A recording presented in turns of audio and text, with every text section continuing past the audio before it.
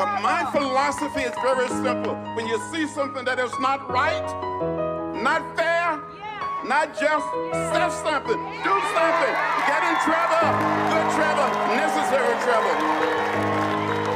Strength and solidarity. The strength and solidarity.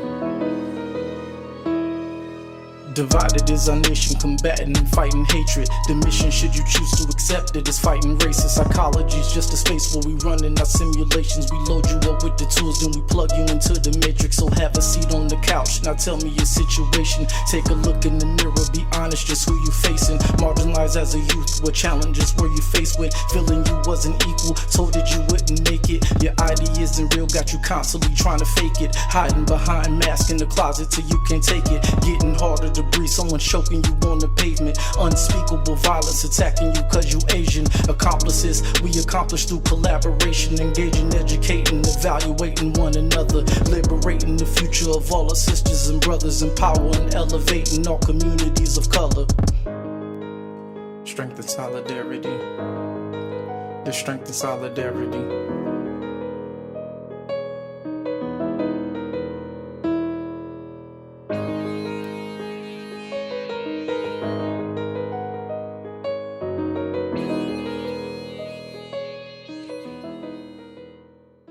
The Strength and Solidarity podcast is a conversational piece that invites scholars, community activists, leaders, artists, and entrepreneurs to discuss their work as accomplices in cultivating cross-racial ethnic solidarity.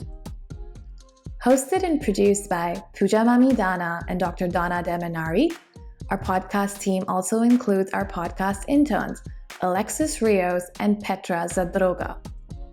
The Strength and Solidarity podcast strives to engage, educate, evaluate, and empower communities of color one episode at a time.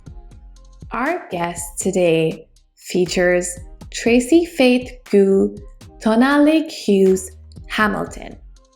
Traci Faith Guw Thonalig Hughes Hamilton is an Arizona-based licensed massage therapist, Indigenous lactation counselor, womb worker, full-spectrum birth worker, nutritional consultant, herbalist, and traditional foods gatherer, as well as a single mom of two. Traci is of Mississippi Choctaw, Hayaki, adapted Tohono O'odham, and of European descent. She is a ceremonial woman who knows her journey of healing and helping others is her way of life, her strength. Traci has been involved with the Chukson community in many healing aspects. The Desert Institute of the Healing Arts in Tucson was the beginning of her formal massage training in 1996. She spent over a decade with Miraval Life in Balance Spa, all the while advocating for natural and Indigenous pre-post-natal care, as well as involvement with the Tucson chapter ICBLC events and breastfeeding advocacy. Later, Traci spent 4 years with Multicultural Indigenous High School, the Hassan Preparatory and Leadership School, teaching rainwater harvesting, traditional in-ground gardening, planting with the moon and rain cycles, seed-to-plate style teaching, and food prep. Traci is a natural teacher and most at home teaching her community, her friends and family, the many benefits of self-care with Indigenous geographical appropriate foods and healing ways. She wants her people to know that by living with our Indigenous foods, bring back language and songs, and revitalize our spiritual natures by giving our human body what it needs to thrive. Her informal and formal training is ongoing with family healers, ceremony, as well as the CEU state license requirements. Traci's specialty is lifelong womb health and vitality, abdominal therapy, breast-chest therapy, and full-spectrum birth work. Her passion for protecting families ties in very closely with the old healing ways of her teachers and elders. As a mother and knowledgeable community member, she stays strong in outreach and knowledge sharing. Traci continues to work on a sliding scale basis to make sure this important healing work is accessible. Her commitment is to honor her culture, be a strong community member, and support a community of healthy warriors who step forward to make that effort for wellness. Hi, Traci. Thank you so much for being here on our podcast today with Dr. Donna and I, Strength and Solidarity. We're so excited to have you here today. I know I'm very excited to have Traci in our podcast today. Traci and I go way back. I met her through one of our, Liza. I met her through Liza Hita, Dr. Liza Hita. Who's on our task force. Right. She's on our task force. And Traci was very essential in kind of taking me through my journey for reproductive healing, that sort of thing. So so I do have a personal investment in this podcast. And also I just love Traci. She's a wonderful human being who's taught us a lot of valuable, indigenous healing practices. So so thank you and welcome. Yes, thank you. Thank you. I appreciate it. I'm really looking forward to this conversation. There's so many variations of knowledge that come into healing practices, and where we are today as Indian country, and the medical systems and things. So thank you.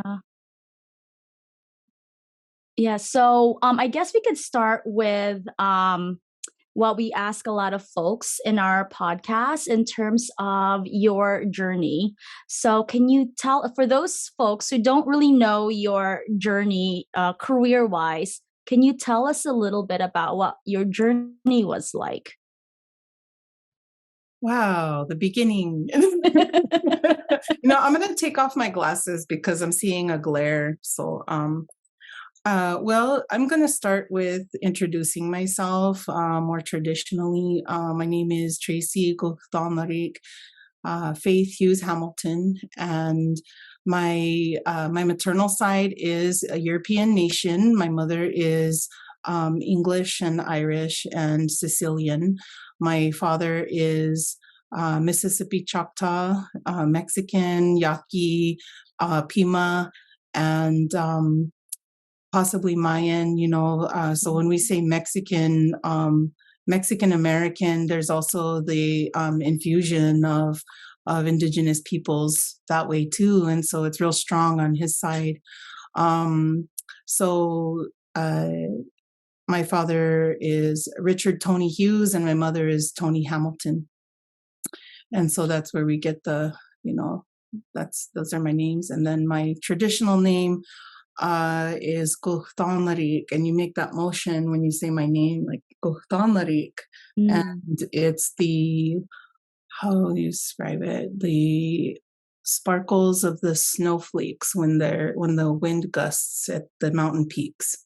And so Guw is the old way of saying snow, and Thonalig is light, Guw Thonalig, which is dawn autumn. And like I was saying earlier, that's how I was brought up, traditionally native wise, because of the adoption process of Indian country and our native peoples. So it's very traditional to take on Indian people that from these lands that have no home foundation. They've somehow were either taken away or somehow lost their families. And so whether it could be death that separated families or whether it was war, whatever it may be, those are the traditional ways, is to take on the ones that need a place and need a home. And that's my lineage, and that's where I come from. And so I take that into account very seriously when I'm representing my dad's family and when I'm representing even my mother's family too, because those two worlds converged, and within that reality, understanding what I'm looking at when I'm with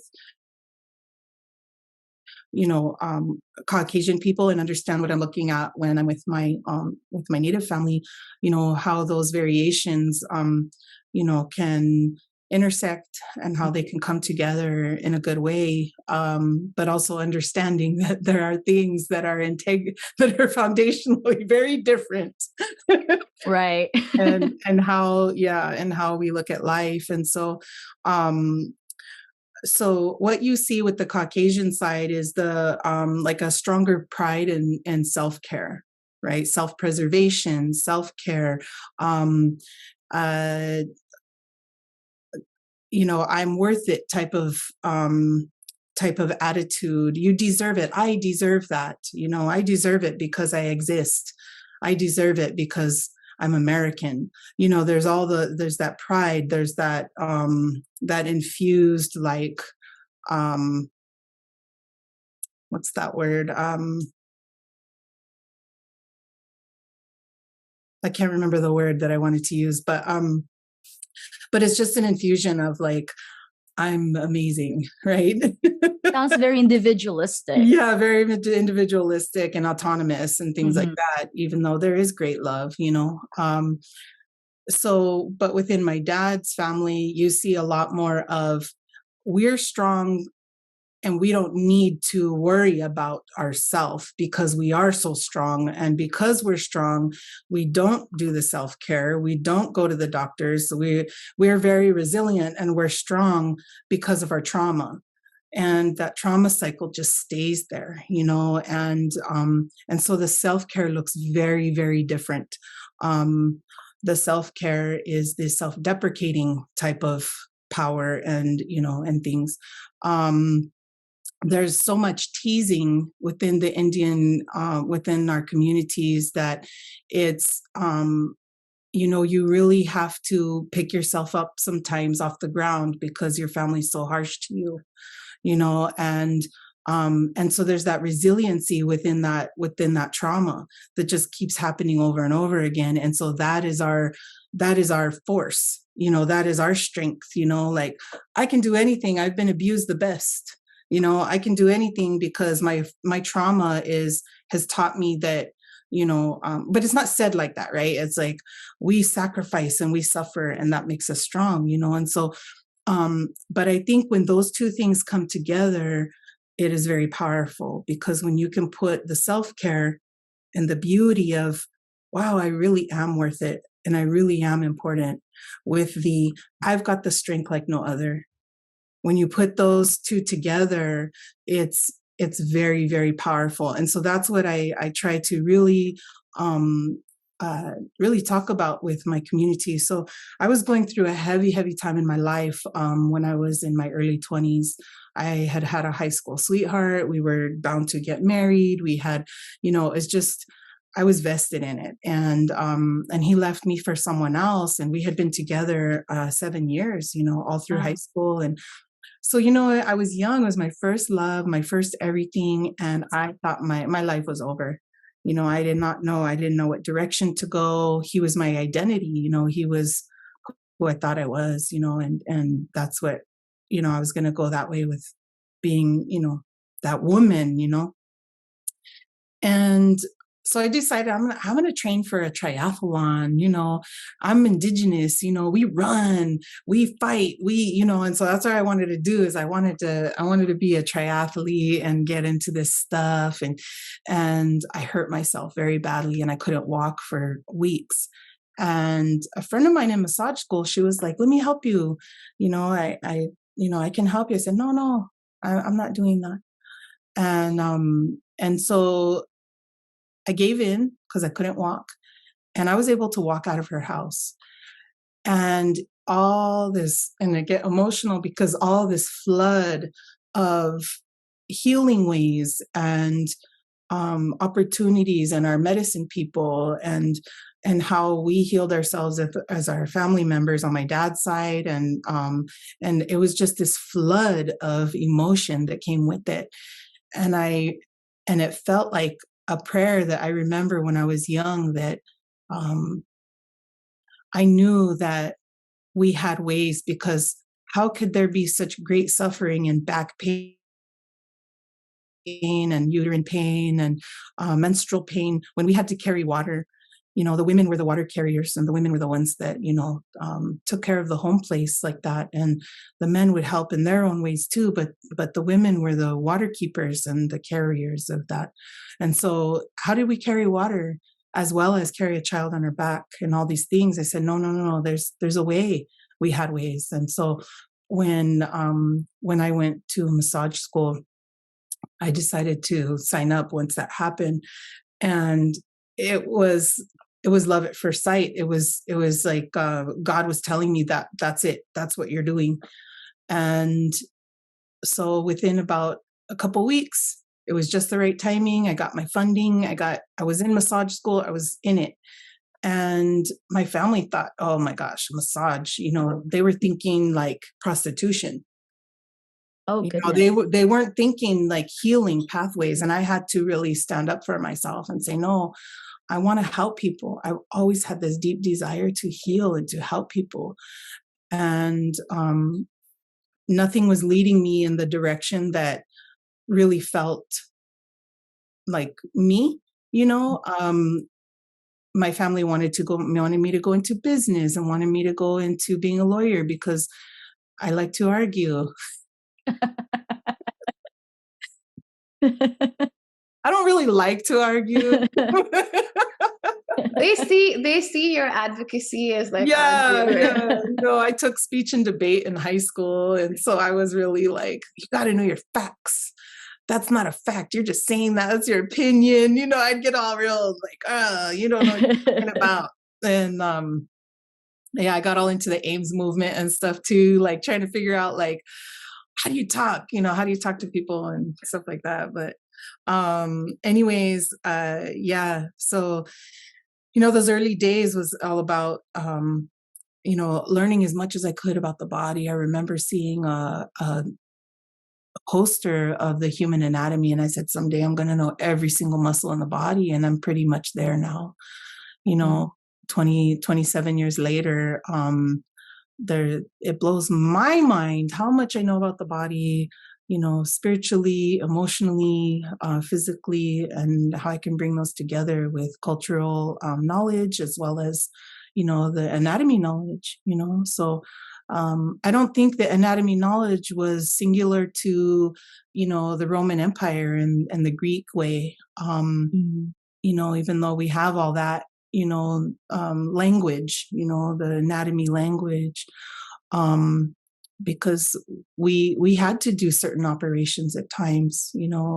We have stories of using obsidian to do C-sections to save mom or to save baby.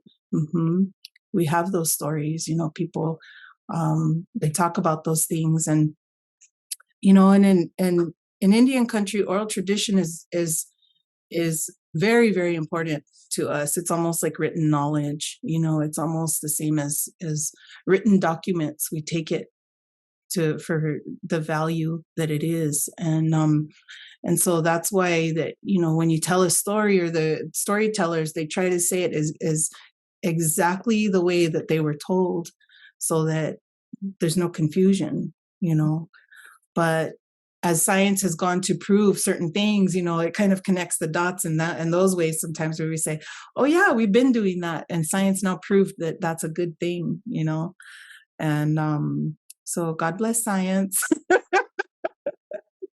God bless, let me look at my notes, see if there's anything I wanted to mention besides that.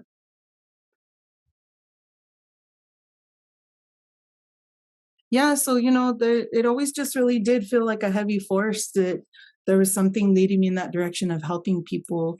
And now I know what it was, now I know. And so I'm thankful to Creator God. I'm thankful to my family. I'm thankful to my ancestors that I found that really young, and instead of going to college, that's what I did.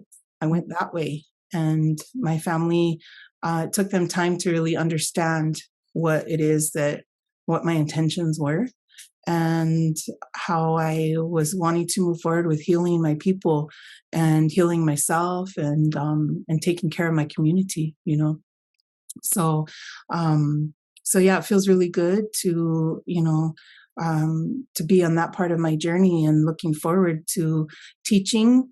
I teach as much as possible, and, when people ask me to do things, traditionally, we're not supposed to say no.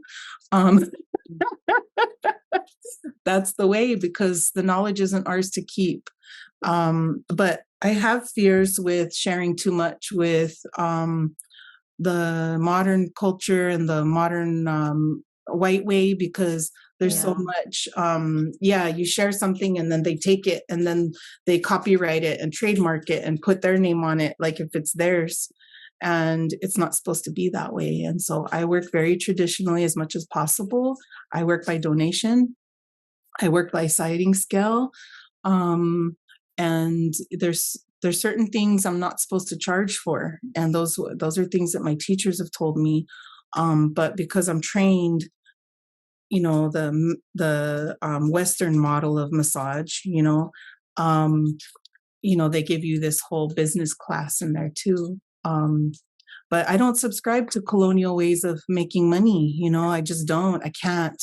And for a long time, people would tell me, "Oh, you don't know your worth. You don't know your worth." And I said, "I know my worth.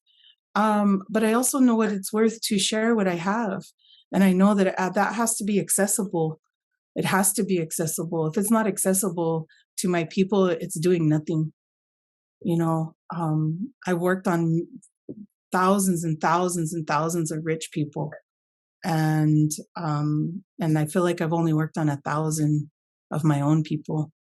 And I don't like that ratio. Yeah. I want my people to feel comfortable to come to me and pay whatever they can, whatever it is that's in their heart, that, and whatever fits their budget.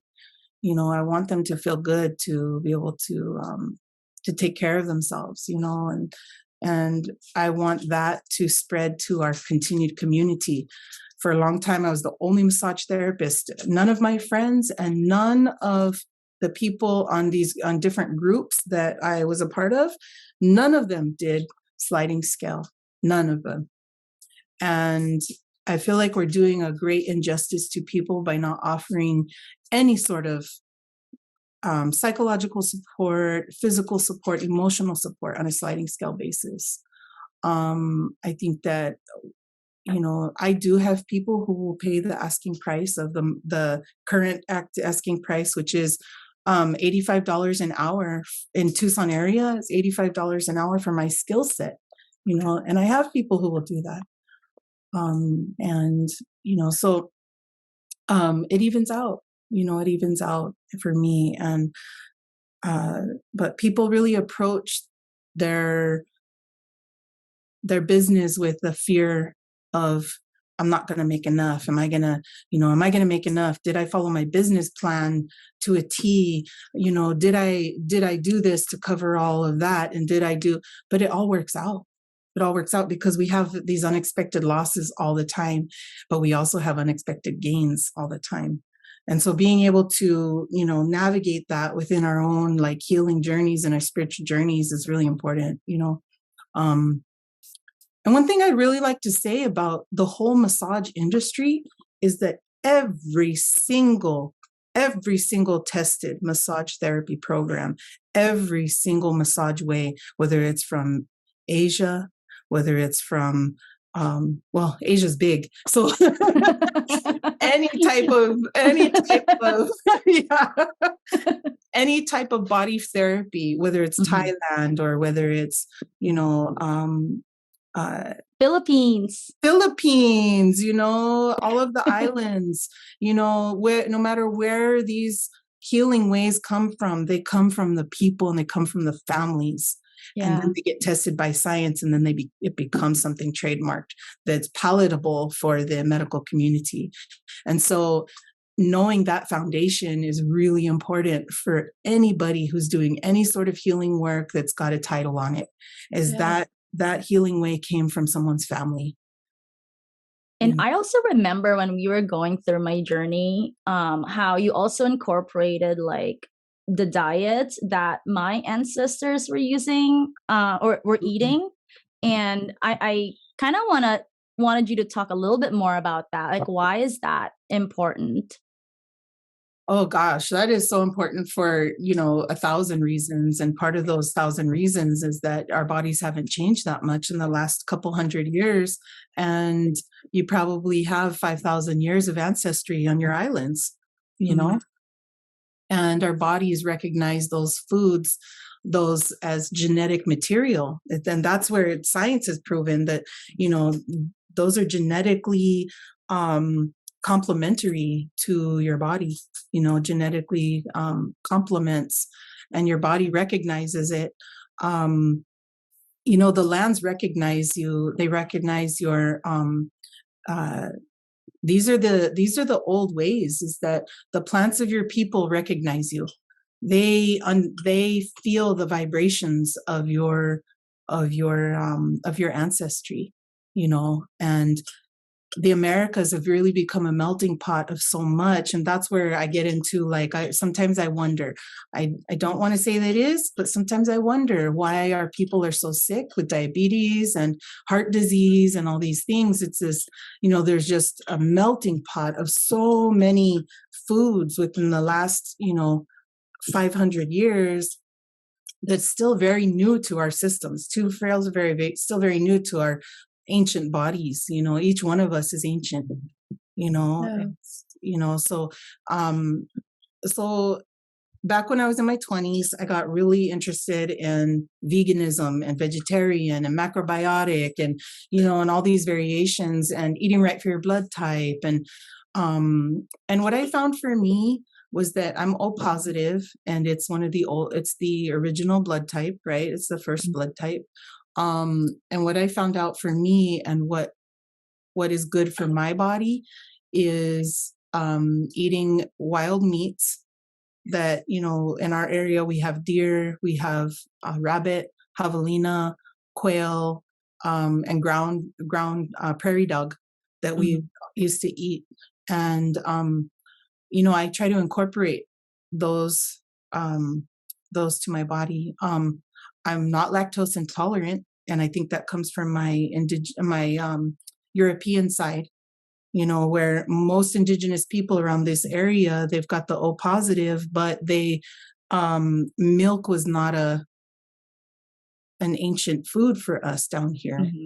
But for me, I can eat it, so I understand that I know what it'll do if I eat too much, So I think the self-discovery of understanding your lineage, as well as understanding what these foods do and where they come from, And so I work with a lot of Black women, African women that do birth work, and I talk about that. Like, what are your foods? What are the wheats? What are the grains that your people ate? And can you get them here? Yeah. And you see a high rate of diabetes and heart disease within those communities. So even though we know the system is I don't like to call the system broken, because I really do feel that it was exactly the way it was meant to be. Yep. Yeah. So if we can say that putting this diet, this certain diet, and saying, oh, you have to eat the variety of the rainbow. Okay, that's wonderful.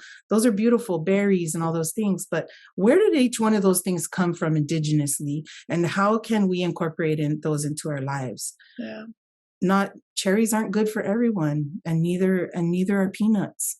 It's like and we have to figure out what's right for ourselves, because we just have too much, in the system. So like turmeric is all the rage, right? Turmeric, it's good for inflammation and all these things, but turmeric isn't from here, for one. Yeah. Thank you for saying that. Yeah. Turmeric, yeah. And I love plants, so I'm not going to be mad at turmeric. I'm not going to be mad at ginger either, but those two make me very, very sick. Yeah. I used to think it was detoxing me and cleansing me out. And I finally figured it out. They were making me sick. Yeah. They're not my medicine. And so that's where we go back to, okay, what is our medicine as a people? And so that's one thing that I started learning early on. And now I've been doing that now. And so that's where I got into that. No, what did your people eat? Yeah. Plant-based was definitely a part of it, Definitely. We ate 3 to 6 pounds of fiber every day. We had no choice. It was what was readily available. Yeah. But when we were healthy and strong enough to hunt, the animals came our way and they gave their lives to us. But we fought for it. We struggled for it. We did it. We honored their lives. I don't know any culture that didn't really honor the life of the animals' life that they took. You know, when you look at indigenous, the deeper indigenous ways, there's an honoring of the life. You know, there's a huge ceremony that goes with the hunting ceremonies. Each individual, you know, each individual community had their hunting ceremonies. They would call to the spirits of those animals to come their way, you know, and those different things, and take care of the life that was, you know, you use every bit of it. Why wouldn't you use the whole thing? Why would you just take part of it and throw the rest away? It makes no sense. That's our way. It just makes no sense to waste. Yeah. You know? And those are the original ways, you know. And so I try to teach my children that in this modern way of like, ooh, I don't want that, throw it away, you know, and stuff. But that also means that we're committed to making sure we eat everything in the refrigerator. Yeah. Somebody told me one time, they're like, you're weird. I was like, why? They're like, because you eat everything in your refrigerator, and I won't go grocery shopping until almost everything is gone. Yeah, because you. Yeah, and it really is like those old ways, those old, and to me that's comfort. Eating leftovers is comfort. Those are my comfort foods. You know, it also ties into like helping out the environment too. Yeah. Well, yeah, it goes back to that conversation that, you know, people lived off the land, period. Yeah. The land told them how to behave. You know, the land said, this is what grows really good here. This is what the birds and the animals are eating here, and they're doing wonderful. And the people said, yeah, let's do that. You know? Yeah. And yeah.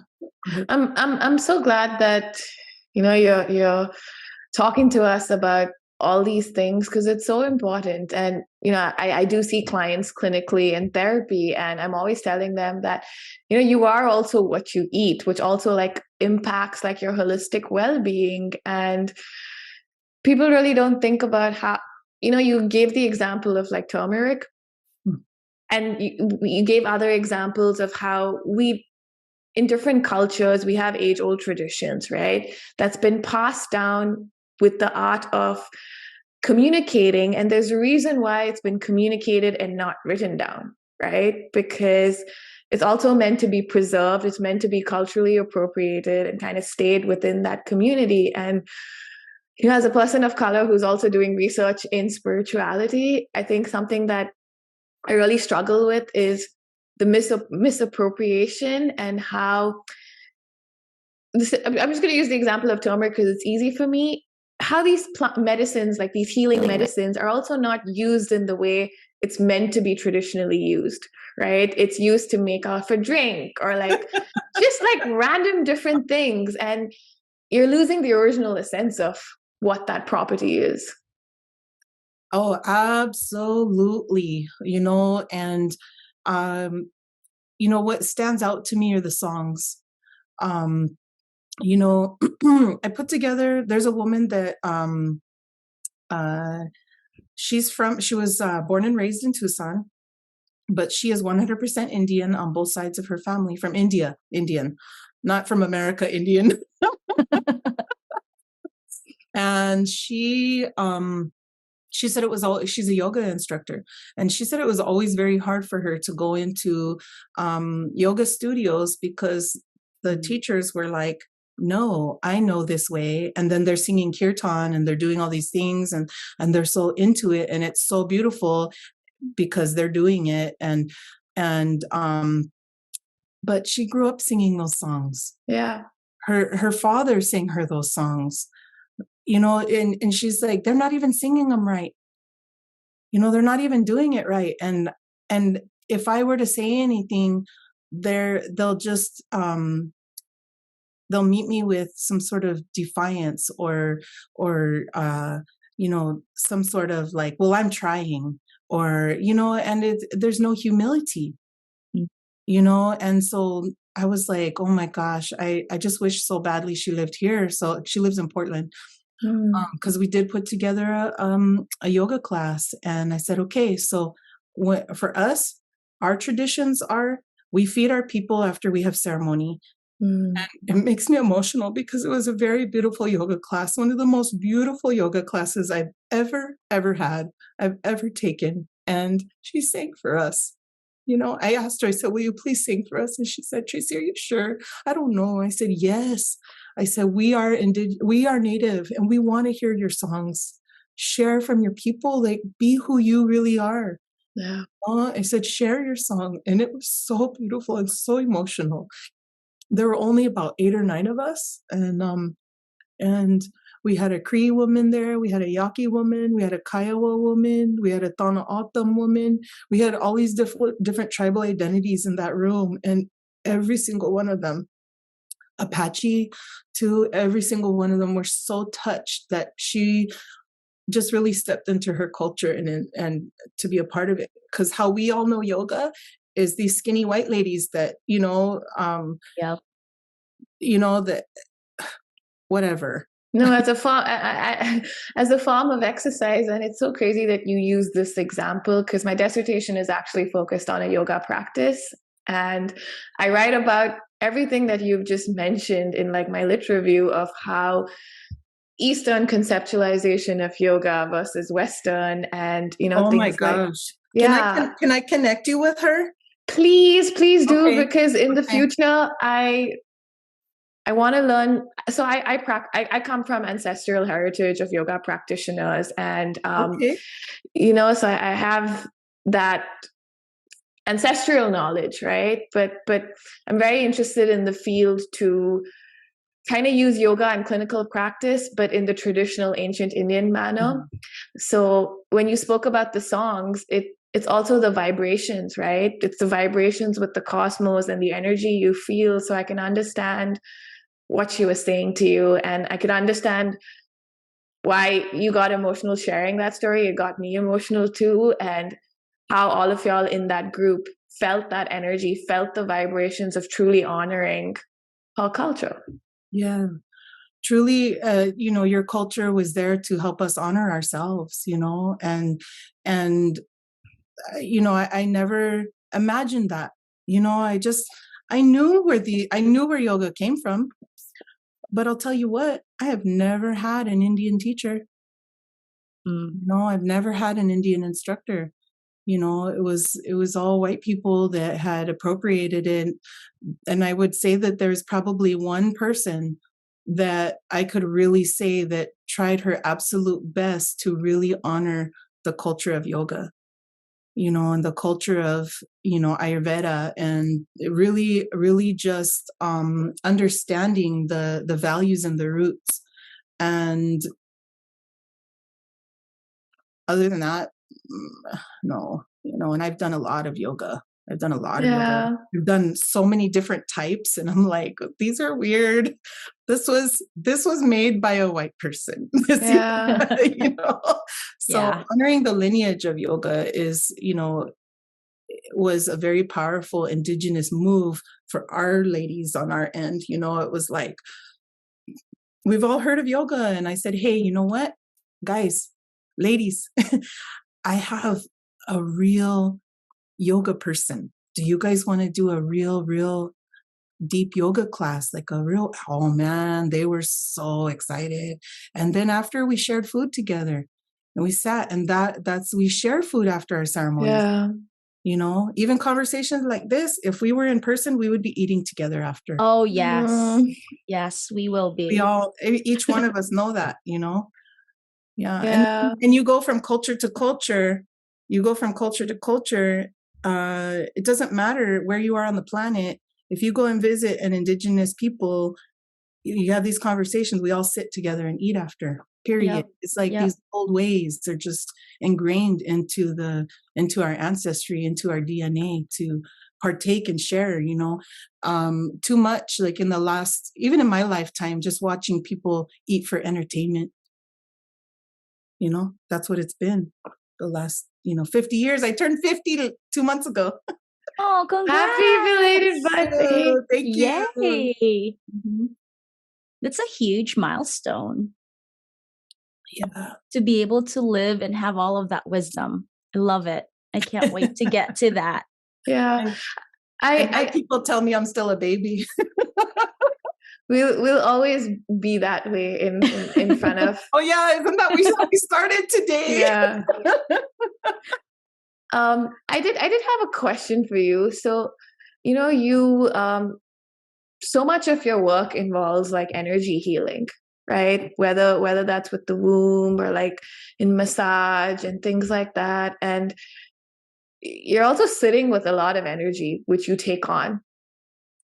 So, earlier in the conversation, you spoke about like your different identities and like culturally, like part of your family of like self-care and like on both sides, right? So I'm just wondering, as a healer, how do you cleanse your aura and how do you kind of cleanse your aura with the energies with the people that you're helping and like looking after yourself also, and things like that? Oh gosh, that's a big question because it's never ending. Each person that I'm with affects me differently, because whether it's their tribal or their ancestry um, or just what energy they're trying to move in their body, it always hits differently. And so I have to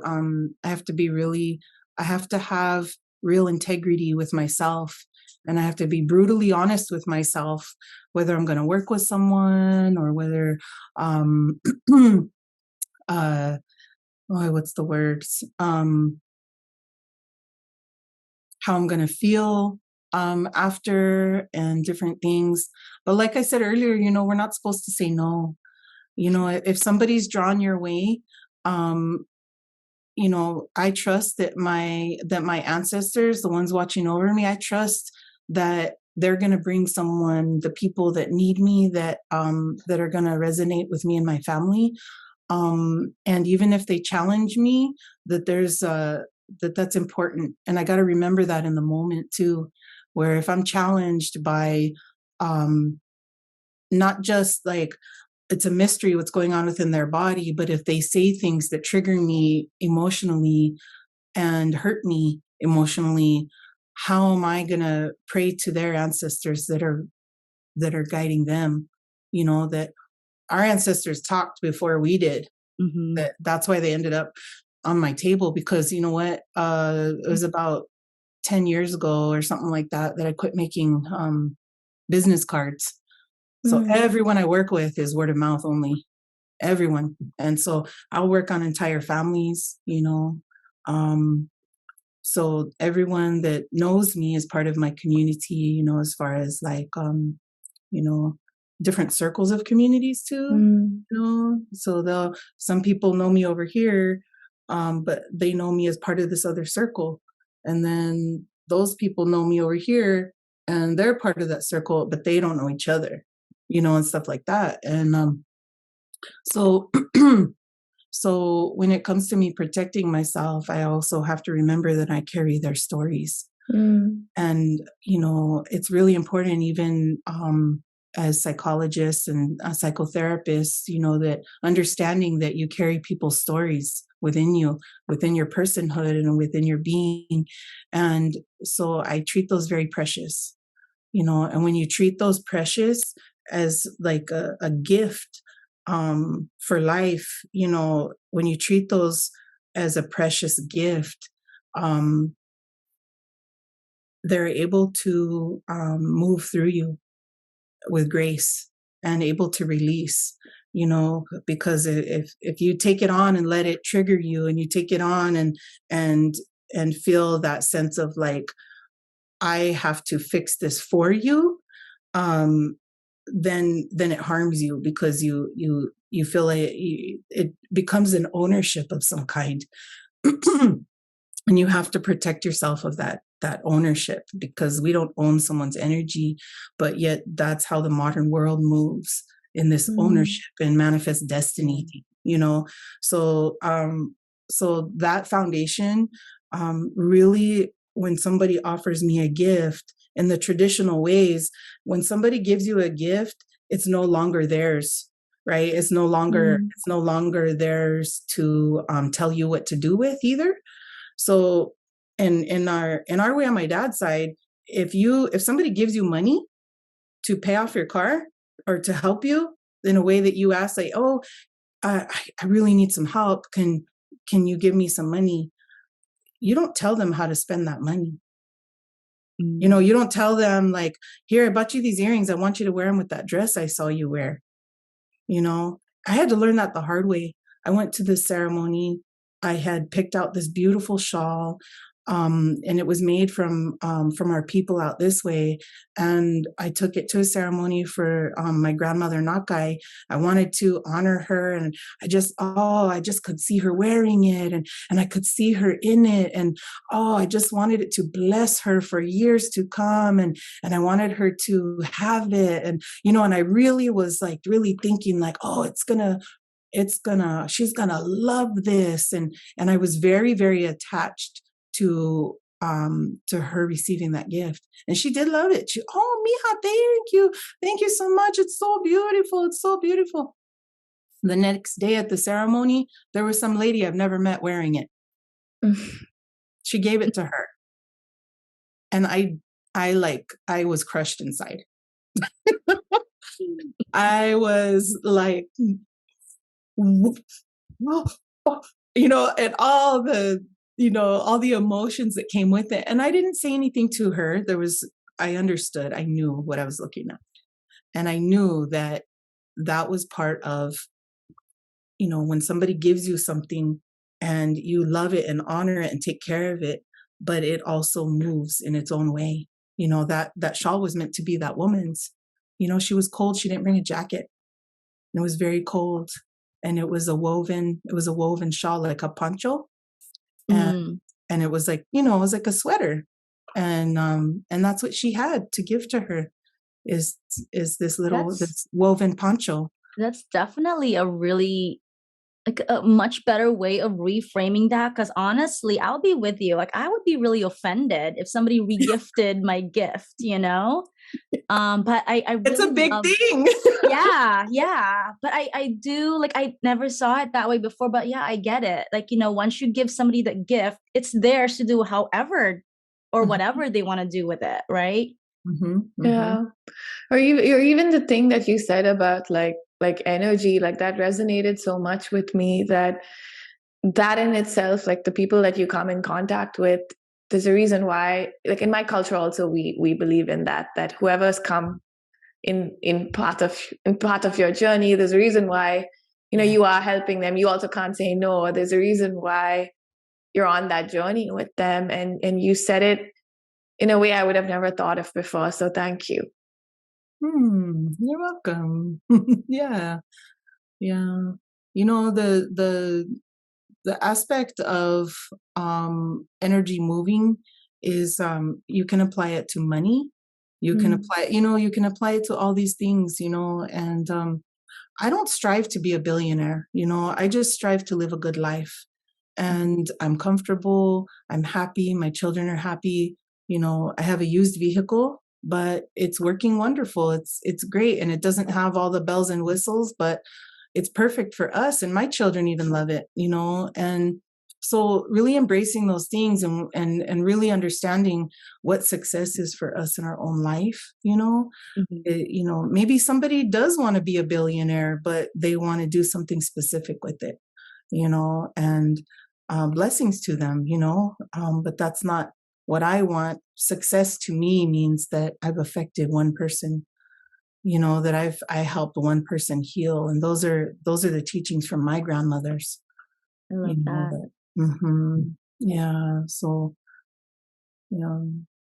So I also want to be respectful of your time as well. So we want to make sure that we get those questions. Pooja, do you want to do our last one? Because I want to make sure that Traci's able to do what she needs to do, because I know she has her babies as well to take care of. Yeah.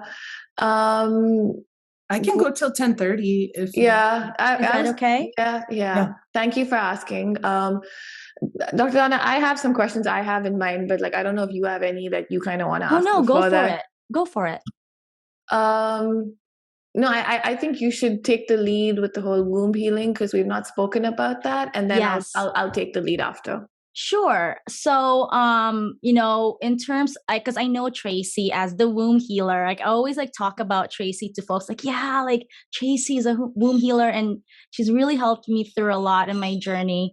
And we talked, you and I, Traci, about like, the stark differences between like Western ways of dealing with, the reproductive, or even just the woman's their womb and all of that, their health.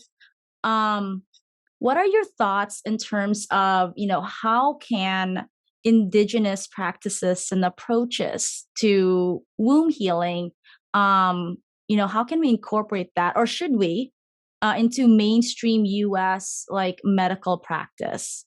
Or is that even possible to do? Well, that's a loaded question, and I know. I'm sorry. Just kidding. Well, I think it's important to understand, like I said earlier, to really truly understand the foundation of the medical system. Yeah. It is exactly the way they wanted it to be. Okay, we might think it's broken, but it's serving a purpose that has a bottom line of money. It has that purpose. And when you can control the medical system, you control or let's start, when you control the seeds and you control the food, you control the medical system. And someone told me a long time ago, I'm not a big McDonald's person at all, but I said something and he goes, no, McDonald's is feeding our children these foods and then turning around and building hospitals, building Ronald McDonald House and that kind of stuff. That's not where, to me, that stands out to, this is what America is. Is we feed our people low quality and then they're sick. And then we say, oh, okay, well, we have this remedy, and the remedy is these pills, and the remedy is the surgeries, and the remedy is these things. So we understand that is the foundation of the medical system, and it's all science-based. So there's this huge umbrella of science-based. Does that work because it's science-based? Does that, does that because it's science-based, but all it's done is pigeonholed us into these specific studies. And, there's two situations that really stand out to me. And one is Amachi, is that she was invited to come speak to a symposium about healing energies. And she had no knowledge of science in terms of like medical science, but she knows spiritual science, and she poetically recited to them what she was seeing, and they were mind blown, at this symposium. Another situation, there was a study out of Harvard, and I cannot remember, it was long ago, because my cousin, he's an ER physician. When he was in school, he brought this to my knowledge that they had done all these studies on this man, the EKGs, the MRIs, and everything. They knew exactly what was going on with him to a T, and they brought in a Chinese healer, an ancient healer, a very renowned acupuncturist in his community and stuff. And he held the man's pulse for a half hour and poetically recited to them exactly what was going on. And so I feel that integration wants to be there. People want integration. People are starving for a medical system to take on some indigenous ways. But the ego of the money and the ego of being in control of the knowledge and the medicines is just so strong and so powerful that the medical system really has to find a way to humble itself. But I'm not sure that's ever going to happen because of the demand of certain people that say, if you hurt me, I'm going to sue you for millions and millions of dollars, right? Yeah. So all these variations of I'm going to hold you accountable by your money, and I'm going to shut you down because you hurt me. When they were very integrous and they were trying their best, so we do have sick people who are very invested on making someone pay for them, right, too. So there's a problem though, because with Indigenous communities, with Native communities, we typically don't sue. We typically don't, and I think that's why the modern way has become so imperialistic, right? And it's so heavy on all of us because typically, we see it as destiny, or we see it as it was my time, or we see it as maybe out of our control because this is what the ancestors, brought to us. And so when we look at it from those teachings, from those standpoint, when do we stand up and say, this medical system is wrong and you're, what have you? So sometimes people will pass in ceremony. Who are they going to sue? Are we going to sue someone at the ceremony because someone passed? No, because we understand those values, right? Yeah. We understand the value of life in that way. But the way the medical system values life is the bottom line and money. And I do understand that that's put there for a reason. So being able to navigate those two worlds is almost impossible. So someone like me, we walk in two worlds, Yeah. I've got one foot in the spirit world and one foot in the material world at all times. I hear you. Mm-hmm. And I want to see that the medical system can do that. But to actually truly embrace it in a very tactile way, in a very real way, it doesn't match up numbers wise. Yeah. Sometimes I wonder, like, is it even also supposed to really be integrated? Because, I feel like it can be integrated if people are on that level of consciousness and understand the power of these practices. And sometimes I'm like, do they deserve it? Is it supposed to even happen like that? Like, that goes across my mind a lot.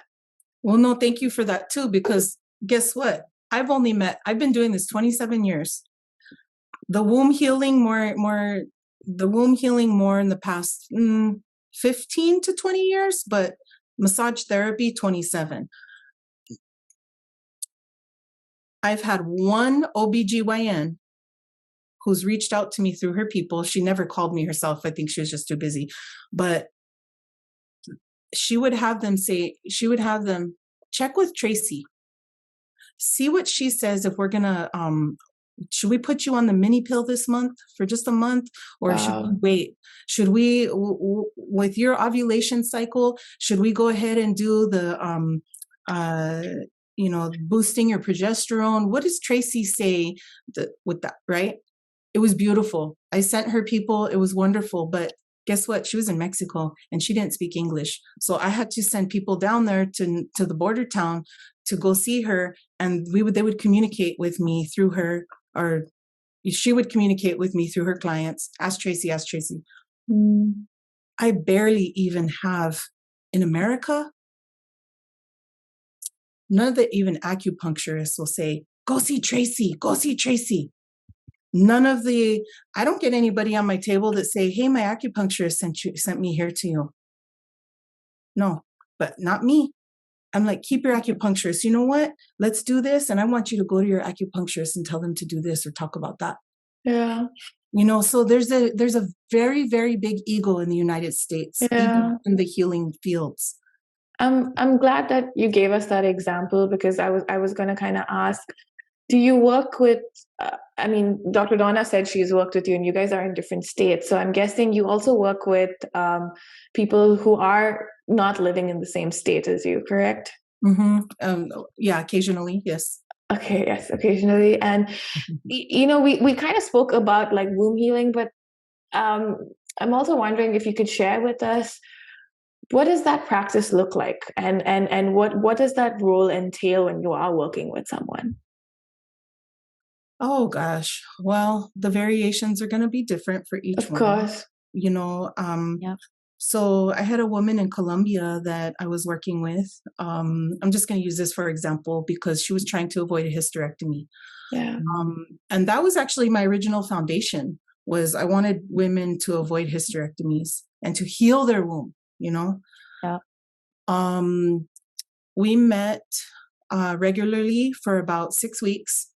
And we talked about her diet. We talked about her personal life. We talked about, all the variations of bringing in changes into her life, and she was doing well. I sent her videos of massaging. Sometimes we'd be on the Zoom, and I would do it to myself, and then I would watch her pressure, and I could tell by the video. I was like, oh no, that's too much pressure, or oh no, you need a little more pressure there. I can tell. So I walked her through it. So we did all of that, and some of our sessions were emotional, so we had this walk together, and one day I messaged her, I sent her an email, and I said, have you thought about leaving your job? Because these things keep coming back. There's a situation, because she couldn't take off the healing time. I said, look, if you get a hysterectomy, you're going to be 6 weeks of pain. You're going to be in recovery. Who's going to help you? Who can come to your house and support you? You're still going to have to take 6 weeks off work. I said, if you spend 3 weeks of self-healing, take a retreat, go sit in some hot springs, spend some time healing yourself, get in touch with your internal waters. That's why I like to encourage hot springs. Get in touch with your internal waters and move your water and heal your body. Then you won't have to do the 6 weeks of recovery. You'll save your womb, and you'll be able to do this. And she said, I can't get 6 weeks off of work. There's no way. I have 3 weeks off of work. There's no way. I said, 3 weeks, they can't. What about PTO? She didn't have enough, and they couldn't accommodate it unless it was surgery related, right? So that's where we get into the medical system being able to sign off for her. I can't sign off for her. So she quit her job and she did her healing, and guess what? She saved her womb. Wow. I never touched her. You know, I mean, her heart. That's it. Yeah, but then again, right? That just shows how energy can be moved, or like, I mean, you said water being moved, and I would want to know what you mean by that. But it just shows how so much healing can be done just through that contact, and you don't have to physically necessarily be in front of someone, but it's that connection you build with someone. Right. So I think that it's not just, the connection is very, very important. And so whether you're in person or whether you're at a distance, because we do have healers that do distance healing. Yeah. And it's traditional within our Indian communities, and it's the trust, it's the faith, it's it's all those higher connections. But there's something I wanted to say to that. I have a midwife that I see for my OB care. I won't go to a regular gynecologist. And she spends time with me. She listens. She hears me out. And that is Indigenous. That is traditional. So even if we can add that in, if it can be carved out that doctors can spend more time with each patient. Yeah. Hear them out, to listen so that they feel truly heard. Healing can happen. Yeah. Yeah. No, you're absolutely right. And I'm really happy that you mentioned that, because we spoke about the medical system and, how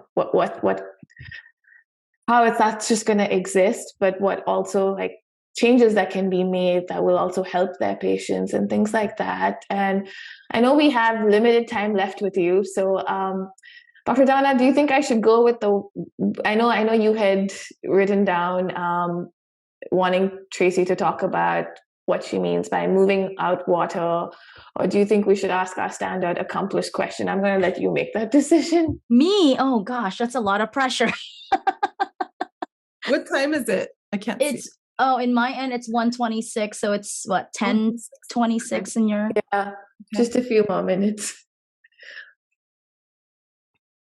Ask me whatever you want. It's okay. I can You know what, flexible. Pooja, ask Traci whatever you want, whatever like comes for you. Like, I love the whole water thing because like, I'm actually in the process of ordering like a hot tub because I'm all about this like water stuff, and then doing like the massages. Go ahead. And that's you read my mind. No, it's all good. I'm with you on that too. So I want you to ask it. Which one was it? Like, I don't even know where we are. The question. I've been so like focused on Traci's words that I don't have in front of me. So basically, where Dr. Donna learned this from was you did a Zoomcast episode with the Center for Indigenous Midwifery, and you in the Zoomcast episode you talk about our water and moving our water. So Dr. Donna, her question to you was, can you expand on that, and what does that mean, and what does that look like? Because even in this example that you gave us with the womb healing, you mentioned that. So. Mm-hmm. Okay. Well, water is listening at all times. You know, water is ever moving and ever constant. It is never stopping. That's one thing that it's never stopping. You know, you may see the clouds and they look like they have their shape, but they also are, you know, infusing into the world even without their rain, you know, and also the water's going up, and you know, it's just constantly recircling, constantly. We know that we have a finite amount of water on our planet that is fresh water that we can drink and bathe ourselves and heal ourselves, wash our clothes and all those things we need to do. So we also know that we are made up of water. You know, we are made up, what some say 50 to 60% is what I found out. Yeah. Well, and that's the thing is that then I've seen 90%, and I'm like, so there's 10% that's everything else, you know. But you know, so whatever it may be, whether it's 50 to 90, you know, we can't live without water. We are water, you know. So when we have to heal something, many times some of our issues are water filled, you know, any sort of fluid, you know, any fluid filled, whether, you know, it's an abscess or a cyst or an aneurysm or something like that. Those are all water.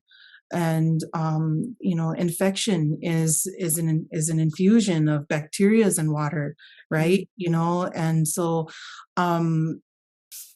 when, you know, we talk about water in our ceremonies and our prayers all the time, you know, we're always showing reverence for the waters.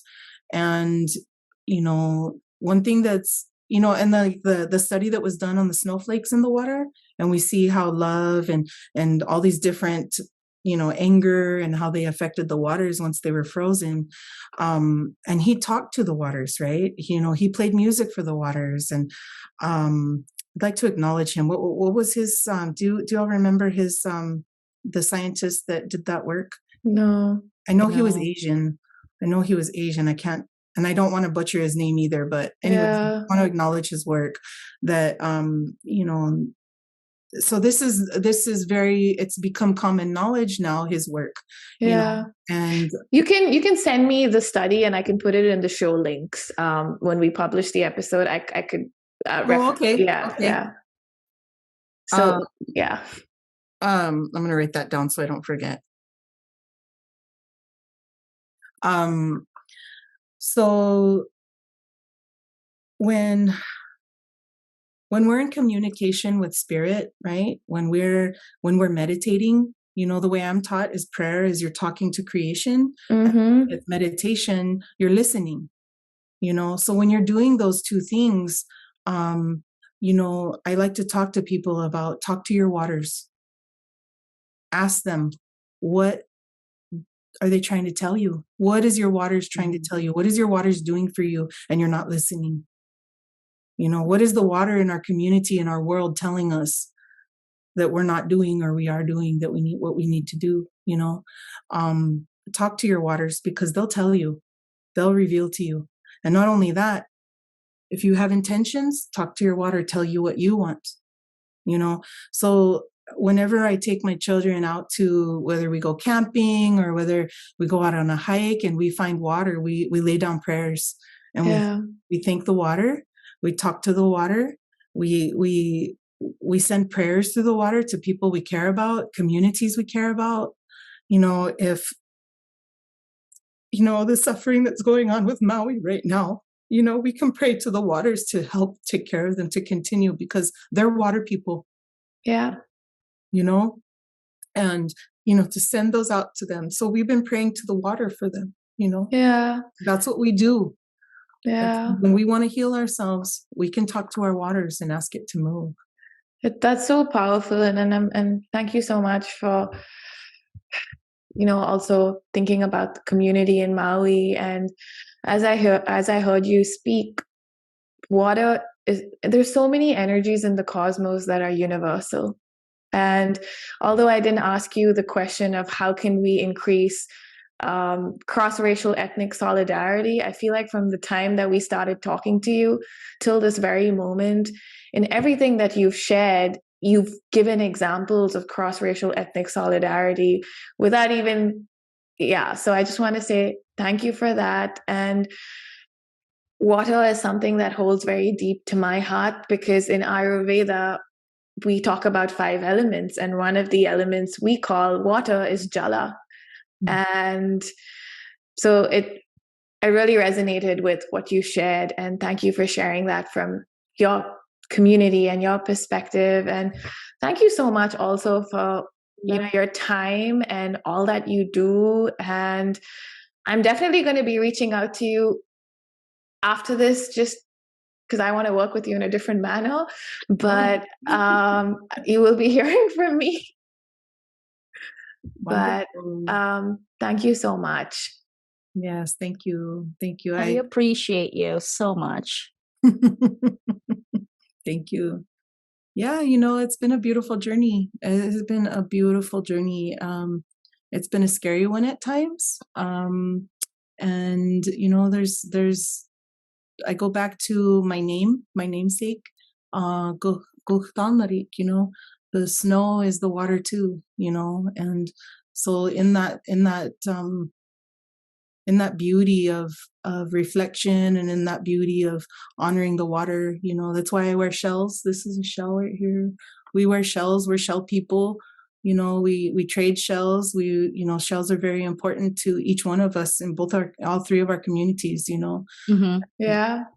So cross-culturally, solidarity, praying with the waters and honoring the shells, adorning ourselves with shells and praying with shell, those are all things that are important for us as humanity, so Yes. So I feel really good with this conversation, and I really appreciate the elements that you both brought, it makes me feel so comfortable when I can share with integrity. And I really feel that you both did that as well. You came with your ancestors, with your integrity and awareness and acknowledgement too. And I can feel it. So thank you. Thank you so much. Thank you for tuning in to our podcast today. We hope you enjoyed the episode. For more information about today's guests and their social media links, you can click on the description links of the episode. Puja Mami Dana and Dr. Donna Demanarig host this podcast. Our podcast team includes our podcast interns, Alexis Rios from the University of North Texas in Denton, Texas, and Petra Zadroga from Wheaton College in Norton, Massachusetts. We also want to acknowledge our production team, David DeVito and Rachel Sheffer.